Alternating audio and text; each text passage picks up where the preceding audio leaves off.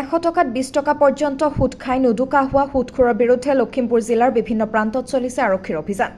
জিলাখনৰ নাওবৈচাত সুদখোৰৰ বিৰুদ্ধেও আৰক্ষীয়ে এইদৰে চলালে তীব্ৰ অভিযান। ইতিমধ্যে দুজনকৈ সুদখোৰক আটক কৰিছে নাওবৈচা আৰক্ষীয়ে। সমগ্ৰ ৰাজ্যৰ লগতে নাওবৈচাতো সুদখোৰৰ বিৰুদ্ধে অভিযান আৰম্ভ কৰিছে আৰক্ষীয়ে।